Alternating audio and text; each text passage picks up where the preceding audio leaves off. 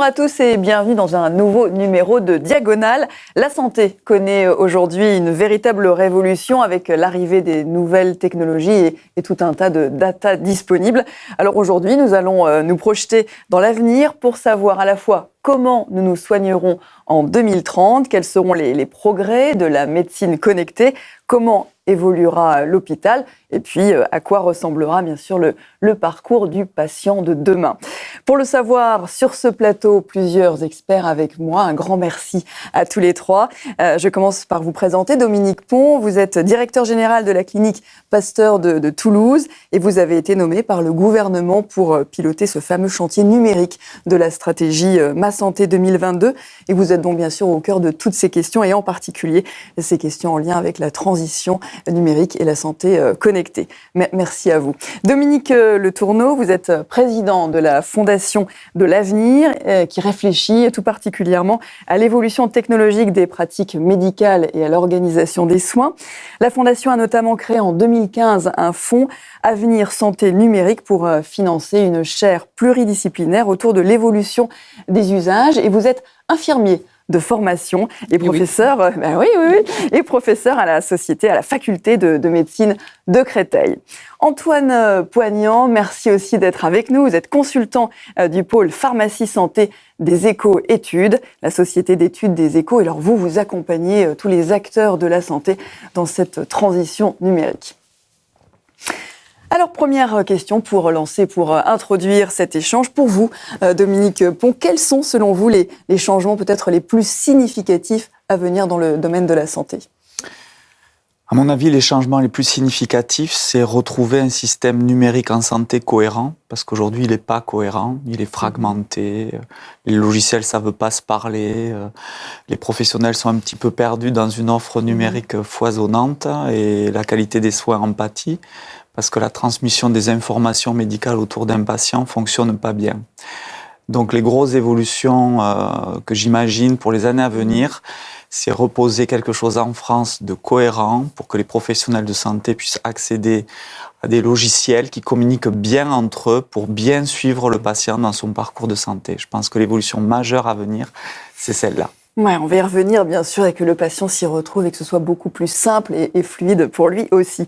Dominique Le Tourneau, les objectifs là, fixés par le ministère de la Santé, est-ce que ça vous semble aller dans le bon sens ? Alors, je ne peux que souscrire à ce que vient d'évoquer Dominique Pon. Ça va dans le bon sens. La seule question qu'on peut se poser, mais pas pour avoir une approche d'emblée défaitiste, au contraire, il faut avoir une démarche volontariste, mais il faut embarquer tout le monde. Il ne faut pas laisser au bord de la route un certain nombre d'acteurs, quels qu'ils soient. Il y a bien sûr au niveau politique, au niveau technique, au niveau des directions, mais l'ensemble des professionnels. Je dis bien l'ensemble des professionnels. Et puis, on ne fera pas sans les patients et sans l'écosystème autour des patients. L'enjeu, il est là. Donc, je suis tout à fait favorable à ce qui est développé. J'aurais même une démarche un peu volontariste, mais je pense que Dominique Pon a bien conscience des difficultés à rencontrer, mais il faut aller dans ce sens-là. Alors, Antoine Poignant, vous accompagnez ces acteurs de la santé, mais quel sera selon vous le rôle du médecin si on se projette dans quelques années ? Alors, le rôle du médecin, et en tant que médecin moi-même, chez Connected Doctors, on le voit, en accompagnant les différents acteurs, le médecin est le premier producteur de données de santé. Ça semble logique, et pourtant, les étudiants en médecine n'ont pas 1 heure d'enseignement sur le sujet. Donc, on a un vrai problème. C'est-à-dire que le premier producteur de données de santé n'est pas au courant qu'il produit des données de santé. Et ces données vont se mettre dans un écosystème, Dominique Pon l'a expliqué, autour du médecin. Mais est-ce que cet écosystème va être capable de communiquer un petit peu au-delà ? La réponse, malheureusement, est non. Il y a quelque chose qui fonctionne très bien sur les feuilles de soins électroniques, mais si je suis un hypertendu, tout simplement, et que je viens voir mon médecin généraliste, ou que je suis diabétique, par exemple, comme 5% de la population française, eh bien, mes données, c'est-à-dire ma glycémie ou mes données de tension dans mon autotensiomètre, ne vont pas communiquer avec le logiciel du médecin. Un vrai problème.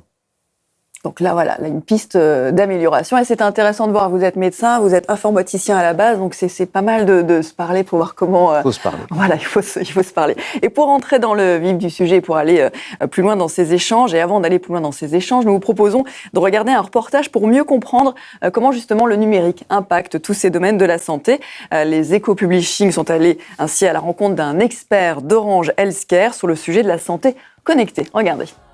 Je suis le directeur d'Orange Healthcare qui, depuis 17 ans, accompagne les acteurs de la santé dans leur digitalisation et leur transformation digitale. Les grandes préoccupations, on va dire, de nos clients tournent effectivement autour de la sécurité. Chaque patient ou chaque citoyen aspire en tout cas à une grande confiance dans le traitement de ses données et notamment de ses données de santé. Il y a également la problématique économique, bien sûr, puisque globalement, donc, le système de santé doit être aussi efficient d'un point de vue économique, tout en garantissant la qualité des soins.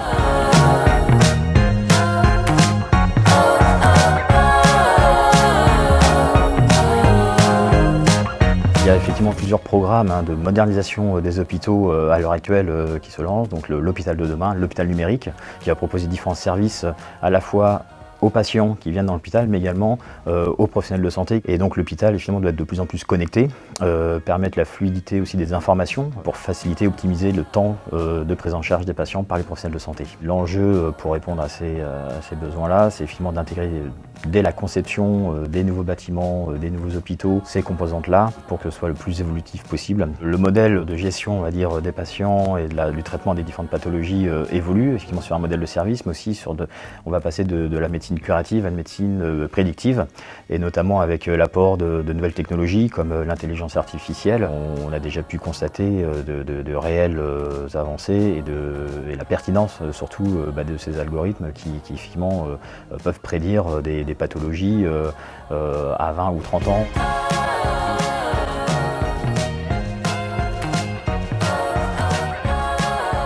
Dans le cadre effectivement de l'évolution des pratiques médicales et de la digitalisation globalement de la santé, le patient va devenir de plus en plus acteur et moteur de son parcours de soins. Le principal intérêt et les principales avancées pour le patient sont effectivement de pouvoir avoir accès à déjà de l'expertise médicale à distance, mais aussi de pouvoir avoir lui aussi la vision finalement sur ses données propres. Pour l'adoption de la télémédecine, je pense qu'il y aura toujours des réticences, mais je pense que c'est une solution inéluctable et aussi nécessaire pour répondre aux problématiques de déserts médicaux. En 2030, le principal enjeu, ça va être effectivement l'adoption vraiment au quotidien des solutions numériques à la fois par les professionnels de santé, mais aussi par les patients. Le deuxième enjeu, finalement, ça va être aussi comment garder le côté relations humaines, qui est très très important. Il y a tout l'aspect psychologique qui entre en jeu quand on est professionnel de santé, des patients, qui doit être pris en compte. Et donc ça, c'est un enjeu qu'il ne faut pas oublier dans le cadre des formations des professionnels de santé. Voilà, plein d'éléments intéressants. Est-ce qu'il y aura des réticences? Est-ce que la formation sera à la hauteur? On va y revenir. Première partie de ce débat, en quoi toutes ces nouvelles technologies, toutes ces innovations finalement vont modifier, permettre de mettre le patient au cœur de la médecine, véritablement. Antoine Poignant, justement, est-ce qu'on y va vraiment? Est-ce que toutes ces technologies, toutes ces innovations vont permettre d'aller vers une médecine peut-être plus dynamique et de faciliter ce parcours du patient? Alors oui, parce que y a une orientation gouvernementale qui est prise de passer d'une médecine de séjour à une médecine de parcours. Donc ça, c'est majeur. Heureusement qu'il y a cette orientation. Maintenant, il faut que dans le parcours de soins, le patient puisse s'y retrouver. Et si on veut avoir une place dans la vie numérique d'un patient, c'est sur son smartphone. Donc, qu'est-ce qu'il y a dans son smartphone qui l'aide à accomplir ce parcours? Donc, aujourd'hui, on est au début de cette révolution. Et c'est clair qu'il y a un concurrent là qui est logique, qui est Apple, Google, Microsoft, Amazon, etc.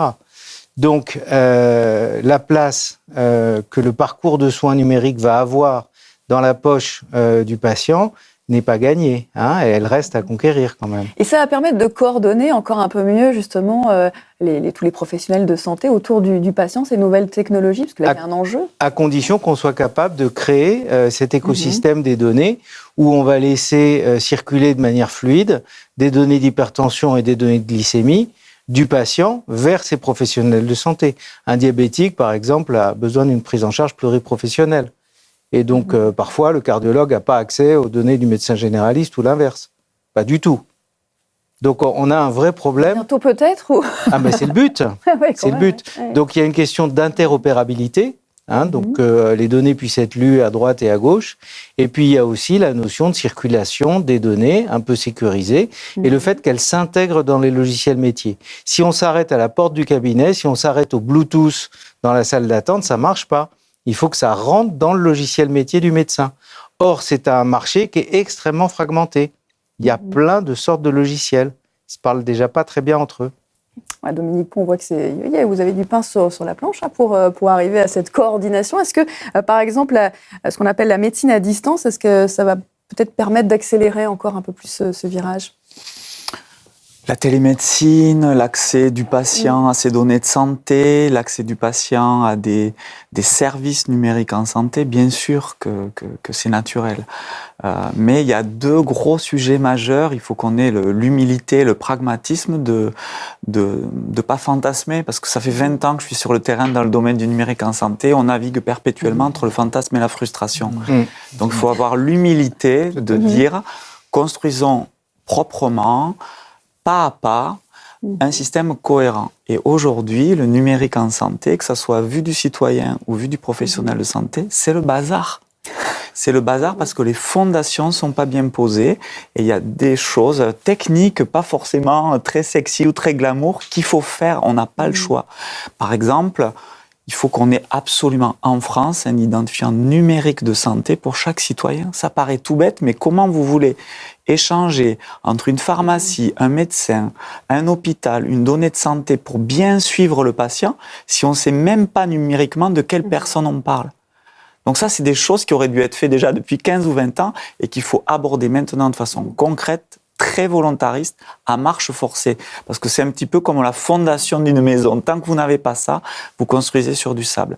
Donc toutes ces informations-là, un petit peu techniques de base, les pouvoirs publics de façon ultra volontariste doivent se ressaisir, retrouver une position régalienne et dire aux acteurs du privé, les pouvoirs publics, nous on fait les fondations pour garantir l'éthique, la sécurité, parce qu'on est garant de l'intérêt général, mais vous, écosystème privé, sur ces fondations-là, vous créez de l'innovation. C'est ce modèle-là qui n'a pas été bien construit ces 15-20 dernières années. La porte d'entrée, c'est cet identifiant numérique un peu universel pour chaque patient, sinon ça ne pourra pas se passer. Pour chaque patient, mais aussi pour chaque professionnel. Pour chaque professionnel aussi. Ouais. Chaque acteur de santé, on en parlait tout à l'heure, pas que le médecin. Le médecin, l'infirmier, le kiné, voilà, tous ces gens-là, on n'a même pas d'identifiant numérique. Donc, comment peut-on construire quelque chose de cohérent sans ces fondations de base?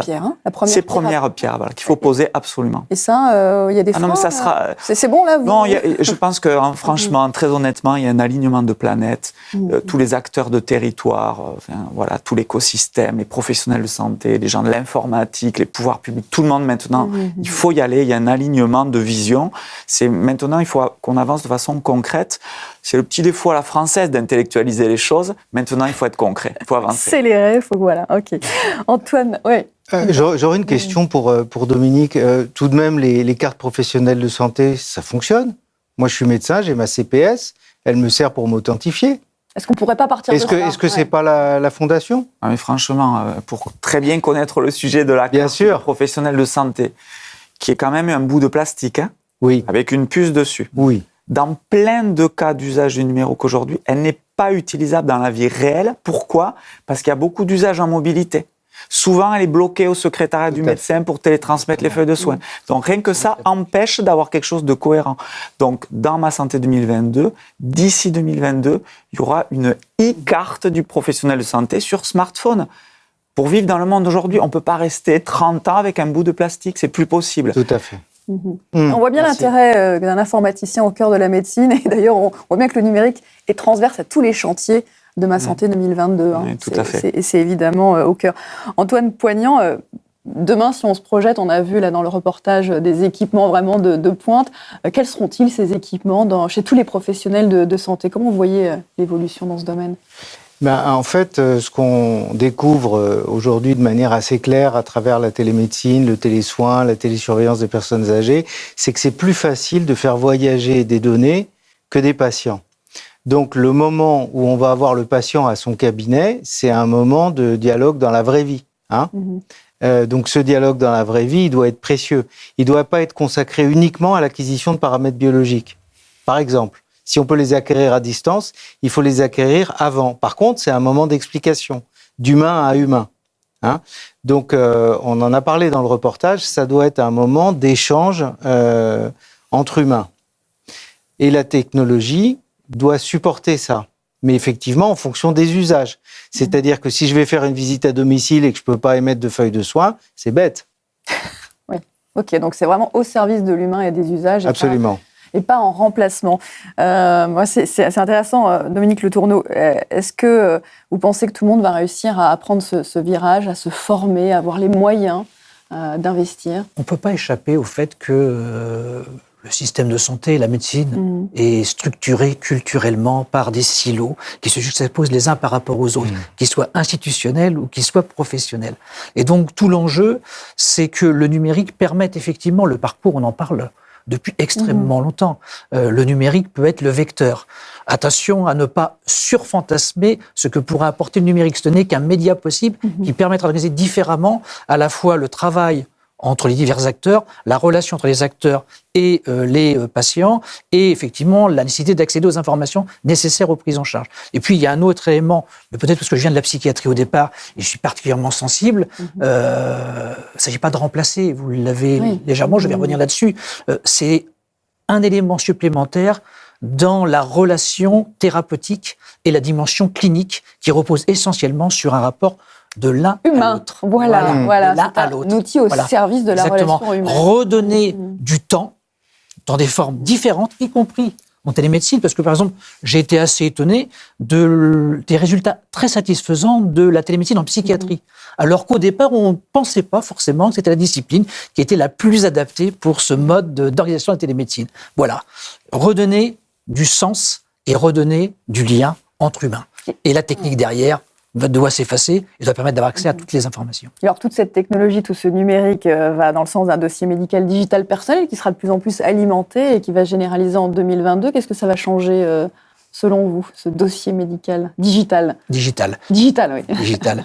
C'est surtout permettre à tout à chacun d'avoir, vous l'évoquiez tout à l'heure, je ne connais pas, moi je n'ai pas de culture informatique, les aspects techniques, mais je vois bien tout l'intérêt dans une prise en charge efficiente et dans ce qu'on appelle la pertinence des soins. On a quand même des redondances, on a quand même des difficultés rencontrées, on a quand même des ruptures. Si au moins on optimisait déjà tout ce dont on a à notre disposition, ce serait déjà un vrai progrès pour le patient. Donc ce qui est un progrès pour le patient, un progrès pour les professionnels, pour les professionnels, un progrès pour le système. Et peut-être qu'au bout d'ailleurs, mais pas en faire au départ comme un présupposé, un progrès accompli au prix des dépenses de santé. À condition de pouvoir se former pour chaque professionnel et qu'il accepte. On parlait de réticence dans le reportage. Ouais. Antoine Poignant le disait au début, travaillant en faculté de médecine, le degré de formation aujourd'hui, nous sommes d'accord. Je pense que là, il y a un vrai levier, et effectivement, mais je sais que les doyens y travaillent, c'est un vrai sujet. Et puis, l'évolution d'une faculté de médecine et d'une faculté de santé, en intégrant l'ensemble des acteurs et pas uniquement les acteurs directement dans le soin, sont des éléments intéressants pour poser ces questions-là et ouvrir les perspectives de formation de l'ensemble des acteurs, à commencer par les médecins. Ça ne se fera pas sans les médecins. Ça ne se fera pas, Antoine Poignant, sans les médecins. Il faut éduquer les médecins, donc on appelle ça la littératie numérique. Ça veut dire le b.a.-ba du numérique, comprendre. Un citoyen, par exemple, il faut qu'il comprenne qu'il expose ses données sur un Wi-Fi public non sécurisé. Personne ne le sait. Donc il faut que les gens comprennent ce qu'ils font avec leurs données de santé. Si on a, par exemple, un objet connecté, une montre connectée, où est la valeur dans ces données ? Comment elles circulent ? Donc, il faut être capable de comprendre ça. Le médecin doit le comprendre, son patient doit le comprendre et tous les professionnels de santé aussi. Donc, sinon, on a le risque qui a été souligné tout à l'heure, que les GAFA, donc les acteurs du privé, vont commencer à certifier l'identité. Et à partir de là, ils prennent le rôle de l'État, si l'État ne tient pas son rôle. Et la question de l'éthique se pose. Alors comment justement l'éthique médicale, la garantir cette éthique médicale et que la machine ou que les GAFA ne prennent pas le dessus ? Il y a plusieurs sujets autour de ça et je souscris totalement à ce qui vient d'être dit. On n'est pas des Américains, on n'est pas des Chinois. Notre culture à nous, en France et en Europe, notre tradition de pensée, ce qui nous lie culturellement, c'est l'humanisme. C'est cette tradition de pensée humaniste qui date du XVIIIe siècle. Donc si on arrive à faire qu'en France, de façon très emblématique, le numérique en santé, soit inscrit dans une dimension éthique et humaniste, là, on embarquera tous les acteurs de santé. Parce que en France, le secteur de la santé, c'est quoi? C'est des humains qui sont censés prendre soin d'autres êtres humains. Si nous, on n'est pas humaniste, qui va l'être? Dans quel secteur on va l'être? Donc, chaque fois que, sur le terrain, au contact des soignants, au contact des patients, au contact des professionnels de santé, on prouve pas à pas, brique à brique, humblement, que le numérique est fait pour soigner mieux, pour sanctuariser la relation soignant-soigné, qu'il est respectueux de la vie privée, à ce moment-là, dans notre pays, on est capable d'engager le changement. Donc moi, ce à quoi je crois profondément, c'est que le cadre éthique qui doit être posé, et le cadre éthique, c'est pas un truc technocratique. Le cadre éthique, c'est la pratique des soins avec du numérique. Quand une infirmière est derrière un écran et qu'elle touche plus la main de son patient, est-ce que c'est éthique? Est-ce que c'est ça qu'on veut en France? Par contre, est-ce qu'on veut pas un numérique en santé qui permet à une aide-soignante qui rassure son parent qui a peur parce qu'il vient d'apprendre qu'il a un cancer dans son hôpital et que cette aide-soignante, elle continue de chatter avec lui à domicile pour continuer de le rassurer? C'est ça le numérique qu'il faut qu'on construise en France. Donc une fois que ça, c'est vraiment notre cœur de valeurs communs avec des gens spécialistes d'éthique et c'est vraiment au cœur de Ma Santé 2022. Après, il faut avoir le pragmatisme de construire concrètement une plateforme numérique garantie par les pouvoirs publics, parce que si on continue encore 10 ans à intellectualiser dans les salons, c'est les GAFA qui vont prendre le pas. Ils sont déjà en train de le Oui, mais, faire. mais sincèrement, je pense qu'il y a vraiment la capacité, une fenêtre de tir, parce qu'il y a un alignement des acteurs qui disent non, on doit avoir notre souveraineté pour sous-tendre avec des outils techniques notre tradition de pensée et notre socle de valeurs. Et vraiment, je pense que la e-santé peut être même un exemple emblématique par rapport à l'éducation, à la recherche, etc. Vraiment, profondément, j'y crois et je ne suis pas un utopiste. Si je voudrais rebondir sur ce que vous évoquiez, Dominique Pont. Je crois que la fenêtre de tir, excusez-moi de la métaphore, elle est assez étroite. On a perdu énormément de temps. Et effectivement, c'est maintenant. Si on loupe le coche, effectivement, je pense que même notre culture européenne, humaniste, à un moment donné, sera confrontée à des acteurs qui seront au-dessus de cela. Et donc, effectivement, la fenêtre de tir, c'est pas ici et maintenant, parce que c'est un côté un petit peu... Mais c'est bien de ça dont il s'agit, quoi. Pour être sur les territoires en permanence, je fais le tour de France de la e-santé, on rencontre tout le monde, tous les acteurs, des soignants, des startups, etc. Il y a un alignement de valeurs, et la feuille de route qu'on propose, qui est une feuille de route humble, très pragmatique, mais très volontariste, en fait... emporte l'adhésion. Et en fait, si au niveau des pouvoirs publics, on est vraiment cohérent et qu'on prouve qu'on fait ce qu'on a dit, je suis persuadé qu'on va retrouver cette dynamique et qu'on peut vraiment recréer et un modèle et un espoir, mais surtout des usages, parce qu'il y a un foisonnement d'énergie partout en France qui fait chaud au cœur. C'est juste maintenant, il faut qu'on apprenne à tirer dans la même direction. L'intelligence artificielle, alors pour aller sur ce domaine-là, est-ce qu'il faut en avoir peur ou est-ce qu'au contraire, il y a des formidables opportunités, notamment en termes d'aide au diagnostic, par exemple? À nouveau, on est dans un sujet où il faut qu'on définisse notre éthique. L'éthique des décisions et l'éthique des algorithmes. Enfin, vous imaginez, c'est vertigineux tout ce qu'on peut imaginer dans les modèles. Voilà, dans les 30 à 40 prochaines années, on va avoir des choses... Concrètement, des exemples? Je pense qu'il y aura des moments, on se posera la question, un patient pourra se poser la question en se disant je pose une question sur Google qui va totalement répondre à partir de tout un tas de paramètres qu'aucun médecin pourra collecter par lui-même. Et est-ce qu'il faut que je croie à un être humain qui est peut-être limité en champ de traitement de données, mais qui a peut-être une intuition humaine versus un algorithme qui a plein de données objectives et qui va me proposer un diagnostic opposé. Comment on va faire pour décider? Et moi, il me semble que ce qu'il faut d'abord poser, c'est ce qu'on veut faire de notre système de santé français. Et ma conviction profonde, c'est qu'il faut absolument qu'on défende une vision où le professionnel de santé est pivot, où le patient est acteur, où la question de l'éthique est un sujet vivant qui doit être en permanence questionné et qu'on ne balaye pas ça d'un revers de main en fantasmant sur la technologie qui va tout résoudre. Intuition versus algorithme. Alors, allez-y. Je voulais simplement dire que L'intelligence artificielle, vous l'évoquiez précédemment, entre fantasmes et opposition stricte pour différentes raisons. Je pense qu'il y en a entre deux. D'abord, l'intelligence artificielle au service des professionnels. Je dis bien au service et non pas à la place. Et on voit bien qu'effectivement, la connaissance étant exponentielle, à un moment donné, notre capacité en tant qu'être humain peut être mise en difficulté. Mais comment l'intelligence artificielle va nous aider Commençons déjà par cette étape-là. Une aide à la décision. Aide à la décision, dans un premier temps. Voilà, par remplacement. Alors effectivement, c'est aide à la décision et par remplacement, mais on a par exemple une start-up française qui s'appelle Therapixel, qui sur des séries historisées de mammographie est capable de voir le cancer du sein avant le radiologue. Donc c'est une perte de chance de ne traiter qu'avec l'humain. Donc ça veut dire qu'il faut être capable de s'adresser à la machine. Donc systématiquement, sur le traitement d'image, les IA font mieux que les radiologues. C'est un fait accompli aujourd'hui. Donc la question se pose de l'éthique, de l'usage de l'intelligence artificielle dans le diagnostic en radiologie. Donc il faut que ça fonctionne à côté. Et il y a un exemple simple qui est une métaphore de pilotage. Si vous êtes le commandant de bord d'un Airbus, vous ne commandez pas l'avion, vous ne pilotez pas l'avion. Vous pilotez l'IA qui pilote l'avion. Donc les accidents qu'on a vus récemment, c'est des accidents d'IA. Mais vous reprenez la main.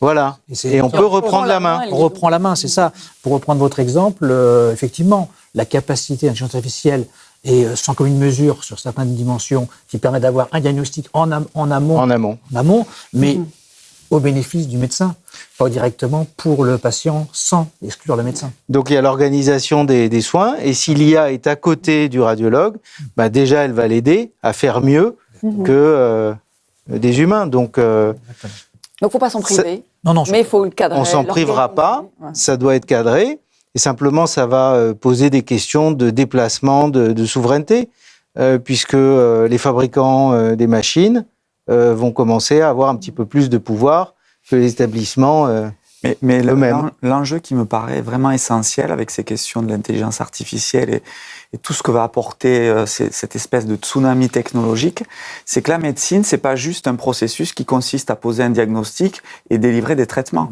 Il y a toute la dimension humaine, empathique, pouvoir poser ses angoisses à quelqu'un. Et ça, il me semble que retrouver, grâce à la technologie, une place pour les soignants, d'être vraiment dans cet accompagnement humain, psychologique, et de repositionner cette relation humaine, à mon avis, c'est ça le vrai pari. Et c'est ça le véritable enjeu. La technologie peut permettre de gagner du temps pour en retrouver dans la relation humaine. Deuxième partie de notre échange, je vous propose de parler des évolutions, cette fois-ci des hôpitaux, mais aussi de tout ce qui l'entoure. Alors le numérique devrait permettre de les désengorger, en tout cas d'alléger le travail des équipes. Peut-être Dominique Pont, à quoi, selon vous, ressemblera cet hôpital connecté de demain ? Pour moi, l'énorme révolution qui est en train d'apparaître et qui va impacter les 5 à 10 prochaines années, c'est le patient acteur grâce au numérique. C'est son parcours qui va vraiment... Oui, mais c'est lui-même qui, grâce aux outils numériques, va devenir acteur, parce que le numérique, c'est un outil de pouvoir, de connaissance.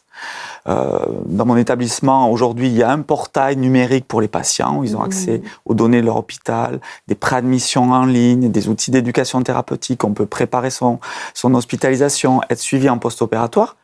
Et c'est pas juste le bobo geek parisien, c'est des gens du fin fond du Lot-et-Garonne, et ils y arrivent. Et il y a, sur des moyennes d'âge au-delà de 65 ans... C'est déjà en place dans la clinique ? Ah oui, c'est en place, c'est comme dans d'autres hôpitaux. Ça fonctionne, quoi. Ça fonctionne, il y a des taux d'adhésion énormes. Et des gens qui nous disent... Depuis que j'ai cet outil numérique, je m'aperçois que chez vous, il y a beaucoup de choses qui doivent être réorganisées. Parce que c'est pas très bien coordonné, la consultation de l'anesthésiste du chirurgien. Parce que quand on arrive à l'hôpital, on perd du temps à répéter des informations. Donc le patient acteur, qui a un droit de regard sur la façon dont il est pris en charge et lui-même propose qu'il doit être amélioré, c'est ça l'avenir. Antoine Poignant, le patient acteur, le numérique... On peut pas dire mieux, je souscris à 100%. Donc le patient va être acteur et presque producteur des soins. C'est-à-dire qu'il va participer à la création de l'offre de soins en l'orientant. Donc c'est clair, c'est ce vers quoi, idéalement, on doit aller. Pour ça, il faut être capable de lui fournir les informations. Le système fonctionne à la clinique Pasteur à Toulouse parce que ça a été conçu comme ça. Tout l'écosystème a été l'écosystème, il y a un échange de données. Donc aujourd'hui, si je suis diabétique, est-ce que je peux échanger avec mon cardiologue ? est-ce que je peux lui passer mon HbA1c et ma glycémie ? Et le diabétique de la clinique réponse est- Pasteur qui part en voyage et qui a un souci ailleurs en France, est-ce qu'il va pouvoir communiquer de la même façon? Et quand est-ce qu'on va pouvoir passer à l'échelle? Exactement, c'est ce qui manque. C'est ce qui manque aujourd'hui, ce qui est quand même vraiment marquant. Je le dis avec conviction, c'est peut-être pas très objectif, mais ce qui est vraiment marquant, c'est qu'on vient d'inscrire dans la loi santé en juillet l'ouverture automatique pour les 60 millions de Français au 1er janvier 2022 d'un espace numérique de santé personnel pour chaque citoyen français dans lequel il pourra lui-même enregistrer des données de santé, interagir avec les médecins, avec les hôpitaux pour récupérer ces données de santé, les gérer, donner des consentements sur ces données et accéder à des services numériques de santé qui auront été labellisés en termes d'éthique et de cohérence technique par les pouvoirs publics. Ça, pour moi, c'est un virage majeur. Et tout ça sécurisé, bien évidemment, dans d'excellentes conditions. En tout cas, la sécurisation, je fais plus confiance au pouvoir public qu'à n'importe quel acteur privé là-dessus. Du GAFA en particulier. La robotique, la téléchirurgie, c'est vraiment... Vous êtes passionné, Dominique Le Tourneau, par ces questions-là. On est déjà bien outillé. Est-ce que ça va aller encore plus loin? En quoi ça va changer, justement, le profil des hôpitaux de demain? C'est vrai que c'est un sujet qui est passionnant et parfois même un peu passionné. Et qui, vous parliez tout à l'heure, Antoine Poignard, des GAFA, sur la robotique chirurgicale, parce que quand on parle de robotique, il y a différents types de robotique, y compris on voit dans les EHPAD des développements de robotique intéressants dans la prise en charge des résidents qui sont essentiellement des patients. Mais je vais rester sur la robotique chirurgicale. On a à la fois une évolution, mais dans quelque chose qui est l'assistance robotisée à la stéliochirurgie. C'est de ça dont il s'agit. Et on a aujourd'hui, je reviens à ce que vous disiez, Dominique Pont, un acteur extérieur, il n'y a pas de jugement de valeur, j'en conviens, qui fixe les règles du jeu. Sachant que nous n'avons pas démontré la valeur ajoutée, indépendamment des discours qui sont portés, sur la supériorité de l'acte en stéliochirurgie fait par un robot vis-à-vis un chirurgien. Par un chirurgien, voilà. Et on est en assistance robotisée. Le fantasme, peut-être que ça arrivera un jour, c'est véritablement d'une robotisation de la chirurgie. C'est la première étape. La deuxième étape, c'est qu'on voit bien en recherche, et je trouve ça extrêmement intéressant, c'est qu'on est si vous êtes informaticien, ça va vous parler, Dominique. Rappelez-vous les grands ordinateurs il y a 40 ans, et regardons ce que nous avons joué dans un smartphone, puisque c'est l'outil que nous mettons tous en avant. Je pense que pour la robotique chirurgicale, ça sera le même. Aujourd'hui, on a un très très gros robot chirurgical. En chirurgie, on commence à regarder en recherche des nanorobots. Et ça, cette évolution, elle est extrêmement rapide. Comment les pouvoirs publics vont être à même de prendre en compte ces évolutions. Comment les valoriser, y compris d'un point de vue financier. C'est ça, l'investissement est... L'investissement peut être évidemment énorme, à la fois en recherche et à la fois en investissement aussi, en matériel. Y compris pour les équipes qui le pratiquent.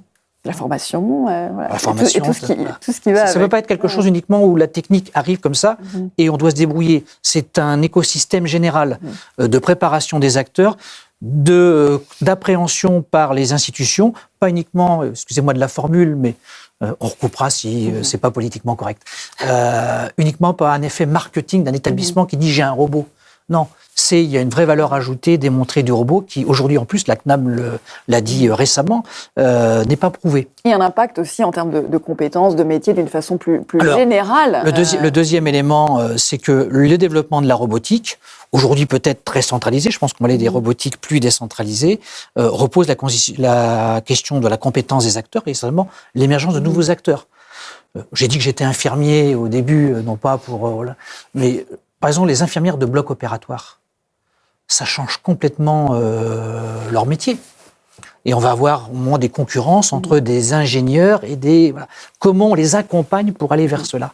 Et on ne le fait pas comme ça, le dos au mur, c'est comment on anticipe ces évolutions et qu'en esprit de formation, on accompagne l'ensemble de ces professionnels. Oui, Antoine Poignard. Alors, la vision que j'ai sur la robotique chirurgicale, en fait, la robotique chirurgicale est déjà là. En chirurgie urologique, on peut avoir le choix d'être opéré par un robot ou pas. Aujourd'hui, la question, elle ne se pose pas. c'est même plus un élément vraiment d'attractivité de la clinique puisque c'est mainstream, c'est complètement diffusé. Donc l'évolution de la chirurgie vers une robotisation partielle de certains gestes, c'est pour moi déjà fait.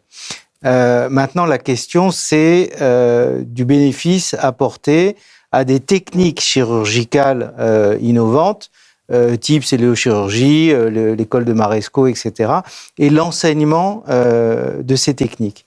Donc, il y a beaucoup d'inventivité en France. Hein, voilà. Donc, c'est important aussi de pouvoir porter ça, de diffuser ces connaissances. Et il y a des segments chirurgicaux qui vont être robotisés totalement, mais avec un chirurgien opérateur. Si on pense à la chirurgie réfractive ophtalmologique, ce serait insensé qu'elle ne soit pas robotisée. Donc, il n'y aura aucun retour en arrière. Hein, donc, est-ce que ça va progresser comme ça dans différents segments de la chirurgie? Très probablement oui, surtout avec ce que vous soulignez, la diminution de taille des robots qui vont devenir micro-invasifs. Voilà. Donc là, voilà, c'est un futur sympathique. C'est un futur sympathique. Il faut qu'il soit accompagné. Il faut qu'il soit accompagné et pas subi. Ouais. La technologie, la robotique, la télésurveillance également des médecins, est-ce que tout ça va permettre aussi de peut-être de faire en sorte que les patients aillent un peu moins à l'hôpital, de décharger les hôpitaux, selon vous? Comment vous voyez les choses? Alors sur la robotique, qui est un sujet que je connais assez bien, puisque dans mon établissement, à la fois on a un robot chirurgical, mais aussi on vient de faire une première européenne avec un robot en cardiologie interventionnelle. Ça change rien au déplacement du patient. Et pour rebondir juste un tout petit peu, une seconde sur ce sujet, ce qui est vraiment scandaleux, c'est qu'il y a un monopole mondial sur un robot chirurgical.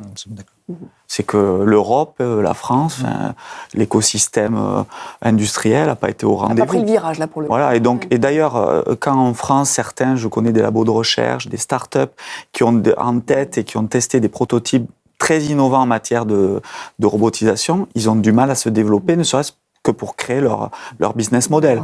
Ça, c'est vraiment scandaleux, parce que de toute façon, c'est inéluctable.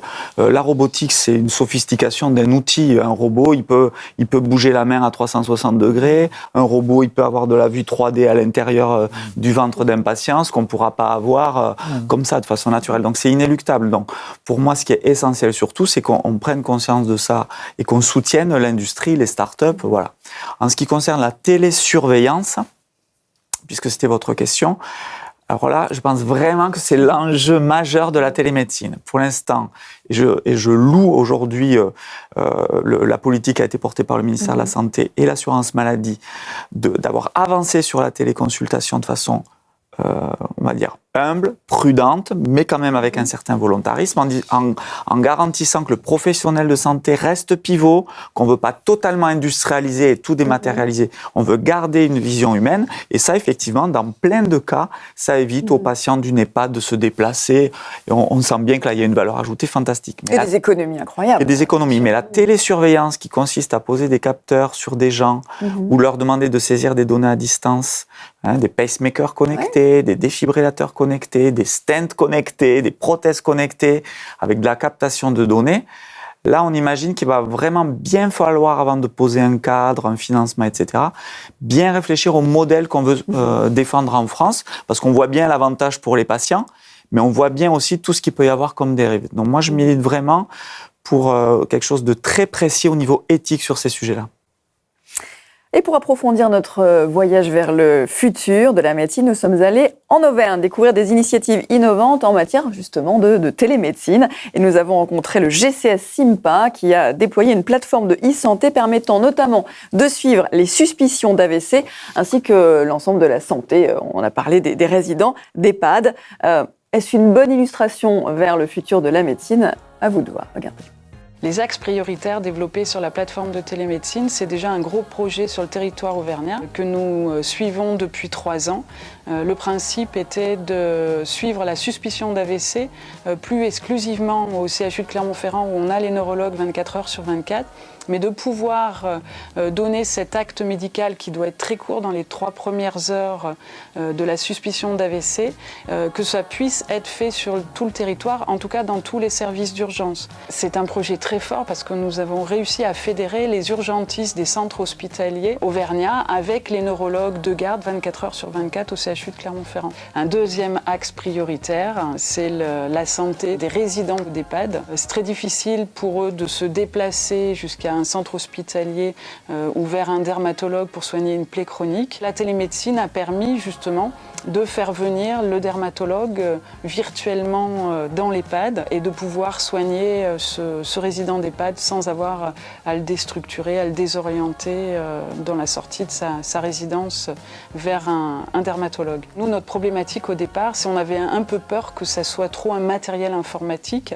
et pas du tout en fin de compte. On a eu une adhésion des professionnels de santé parce qu'ils sont passés au-delà de ce matériel informatique et ce matériel informatique est devenu un matériel médical. On est toujours dans le développement de nouvelles spécialités, de nouveaux territoires de santé qui ont besoin de cette télémédecine. Le GCS Sympa apporte justement tout l'accompagnement, permet de mettre des professionnels de santé autour de la table et de les faire travailler ensemble, qu'ils soient experts ou requérants, de construire un projet médical. Notre axe suivant, c'est de pouvoir développer les axes de télémédecine dont ont besoin les urgentistes. Donc on travaille autour des urgentistes, tout en n'abandonnant pas non plus le travail avec les EHPAD et autres. Un vrai progrès, en tout cas on le voit à travers ce reportage. Qu'en pensez-vous ? Une réaction, Antoine Poignon ? Du bien, mais enfin, pour travailler avec des infirmiers impliqués dans le soin des plaies, ce ne sont pas les dermatologues qui soignent les plaies. Et ce ne sont pas les dermatologues qui télésoignent les plaies non plus. Non, mais ce qui est important, c'est comment est-ce qu'on peut créer de la connectivité, de la santé connectée entre les infirmières qui vont venir au chevet du patient dans l'EHPAD. Donc, mettre en lien avec un dermato pour du téléconseil, mettre en lien horizontalement les infirmiers pour du soin de plaie, oui, utiliser les techniques innovantes pour les éduquer. Et ce qu'on a vu là est tout à fait intéressant. On a une initiative pour un labo qui s'appelle SICAMOOC, qui est un MOOC pour aider les infirmiers à se former à la gestion des plaies en vidéo. Bon, tout ça, c'est des initiatives intéressantes, télésuivi, télésoins. Voilà. Mais on ne va pas changer quand même l'organisation des soins. On va fluidifier le fonctionnement de la circulation des informations. Hein. C'est ce qu'il faut comprendre. C'est-à-dire que ça ne correspond pas à amener un professionnel supplémentaire sur place. Non. Ça correspond à faire circuler l'info. C'est ça la connectivité. Hein. Est-ce que ce n'est pas encore plus important dans les déserts médicaux, dans les endroits où on manque de médecins et où la population parfois a bien du mal aussi à trouver des professionnels de santé ? Oui, évidemment, mais ce qui était vraiment super dans ce qu'on vient de voir dans le reportage, c'est que si vous notez bien, ce sont les professionnels de santé qui ont construit leur modèle numérique. Oui. On ne leur a pas plaqué un modèle abstrait en leur disant, voilà, il y a une plateforme d'intelligence artificielle, c'est peut-être téléinterprété en Inde.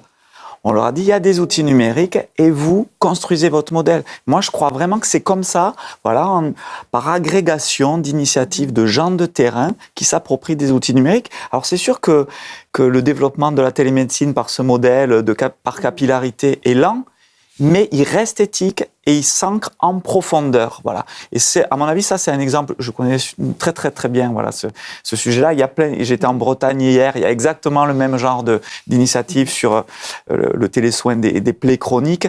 Voilà. Moi, je crois qu'il faut faire confiance aux gens de terrain qui progressivement vont construire les usages. Il faut leur donner la capacité, avoir quelques outils et qu'eux-mêmes s'approprient ça sans leur plaquer un modèle désincarné, abstrait, qui descendrait du haut vers le bas. Alors pour terminer cette émission, alors on a beaucoup parlé du patient, évidemment, parce qu'il est au cœur à la fois de toute cette technologie du numérique et des hôpitaux. Peut-être Dominique Le Tourneau, comment faire en sorte de l'embarquer au mieux dans toutes ces innovations pour laisser personne au bord de la route, pour qu'il n'y ait pas de fracture de santé comme il y a eu une fracture numérique. On peut avoir le risque d'une fracture numérique en santé, effectivement, entre une partie des j'ai resté sur les professionnels qui s'approprient, qui pensent organiser les choses, et ceux qui sont au plus près, qui sont en difficulté, et par ailleurs les patients. certains patients qui, pour différentes raisons, ont accès aux informations, et une partie des patients, peut-être la majorité, pour des raisons géographiques, pour des raisons diverses et variées, n'ont pas accès. Donc il y a beaucoup de pédagogie à faire. Énormément de pédagogie. Et je m'adressais à Dominique Pont. Je pense que l'enjeu majeur, il est là. J'ai bien compris au plan technique, vous avez les réponses. L'enjeu majeur, il est là. C'est effectivement une démarche très pédagogique vis-à-vis des diverses parties prenantes. Le patient, c'est-à-dire vous et moi en fait, c'est pas forcément une démarche spontanée, d'autant plus que notre relation à la santé, notre éducation à la santé, dans un pays qui pendant très longtemps a été un modèle biomédical et une réponse curative, être beaucoup plus en amont en matière de prévention, se préoccuper d'eux, ça va demander un petit peu de temps. Mais il faut impérativement embarquer les patients. D'ailleurs, embarquer vous et moi. Voilà. Et en matière de prévention, Antoine Poignant, alors le smartphone, on a beaucoup parlé de cet outil désormais incontournable. Qu'est-ce qu'on peut imaginer si on rêve dans quelques années de nouvelles applications, de possibilités avec cet outil? Ce qu'on a évoqué, c'est-à-dire une notion de co-construction de l'offre à partir du patient. Aujourd'hui, si vous faites vos courses, vous avez des applications qui n'ont pas été financés par l'État, mais qui existent et qui vous permettent de savoir si l'aliment est bon ou mauvais pour votre santé. Donc demain, vous aurez des applications qui vont vous permettre de savoir si votre parcours de santé, il est bon ou optimal. Donc c'est clair qu'on a besoin de ça. Et évidemment, ça va partir des patients et forcément, ça va partir du smartphone. Donc aujourd'hui, quand on dit un patient acteur de sa santé, ça veut dire quoi? Ça veut dire qu'il va faire des choix de parcours ou des choix thérapeutiques. Il va dire ah bah oui, effectivement, je suis diabétique, j'ai pas vu l'ophtalmo, je suis au courant que je dois le voir une fois par an, ce qui n'est pas le cas aujourd'hui, et donc je décide d'aller le voir et j'ai un fast track, un accès rapide pour moi, même si les ophtalmos sont difficiles d'accès, et en tant que diabétique, je vais pouvoir le voir. Donc, c'est cette organisation qui est en cours de mise en place. Moi, je vois cette direction numérique s'installer à partir des usages. Il y a plus dans la prédiction, enfin, en tout cas dans la prévention, peut-être. Mais oui. Ouais. Non, mais pas que dans la prévention. Enfin, ce qui est quand même vraiment révoltant aujourd'hui, c'est qu'on peut présupposer de qu'est-ce qu'il faudra faire pour pas qu'il y ait de fractures numériques, etc. Mais commençons déjà par faire, quoi. Le syndrome français, c'est qu'on parle avant de faire. On intellectualise, voilà, donc commençons par faire, faisons confiance aux gens pour critiquer ce qu'on leur donne et co-construire avec eux, mais pour moi, le numérique, c'est un petit peu comme l'imprimerie au XVIIIe siècle. Ça doit être un outil d'émancipation citoyenne. Mais aujourd'hui, le numérique, en tout cas en santé, est toujours pas arrivé aux citoyens. C'est un petit peu comme si au XVIIIe siècle, on disait le livre, c'est pas pour vous. Donc commençons par leur donner le livre, des outils numériques aux gens, aux citoyens français. Le citoyen de retour pour s'améliorer. Exactement. Et lui va dire, moi j'aimerais bien qu'il y ait ceci, cela. Mais vous n'avez pas pensé pour moi. Donc arrêtons un peu de philosopher, d'intellectualiser dans les salons. Faisons confiance aux gens qui vont critiquer, qui vont nous demander d'améliorer les outils, mais vraiment, par pitié, faisons maintenant. Et proposons une approche globale, plus seulement les médicaments, mais aussi plein d'autres services qui pourront aller. Qu'est-ce que l'on peut imaginer? Des outils d'éducation thérapeutique, des outils de coaching sur les maladies chroniques, des outils, on va avoir des dispositifs médicaux connectés pour se surveiller qui auront été prescrits par le médecin, où on pourra regarder ce qui se passe, des outils qui nous permettront, parce qu'on a angoissé, de pouvoir questionner un professionnel de santé à un moment de sa vie, des outils qui permettent à vos aidants familiaux, à votre famille, de suivre ce qui se passe en cours de votre hospitalisation pour être rassurés. Mais c'est sans fin le genre d'outils. Mais c'est une histoire qui débute aujourd'hui. Mais en tout cas, ce que je pense vraiment, c'est qu'il faut qu'on ait cette espèce de sagesse et d'humilité de dire commençons par franchir une première étape, donnons aux citoyens français un certain nombre d'outils numériques. Ça sera peut-être pas parfait, mais si on franchit pas cette étape, de toute façon, le citoyen français, il ira sur d'autres plateformes. Donc faisons-le nous-mêmes, quoi. Ouais. Les aidants, justement, les aidants des familles, des patients, comment cette technologie, selon vous, Dominique Le Tourneau, peut vraiment les aider à vivre mieux? Aidons les aidants. pour reprendre ce que vous dites. Ça aussi, c'est une vraie évolution, ou je veux dire une révolution. La question des aidants, elle ne se posait pas, ou en tout cas n'était pas sur la place publique, il y a une vingtaine d'années.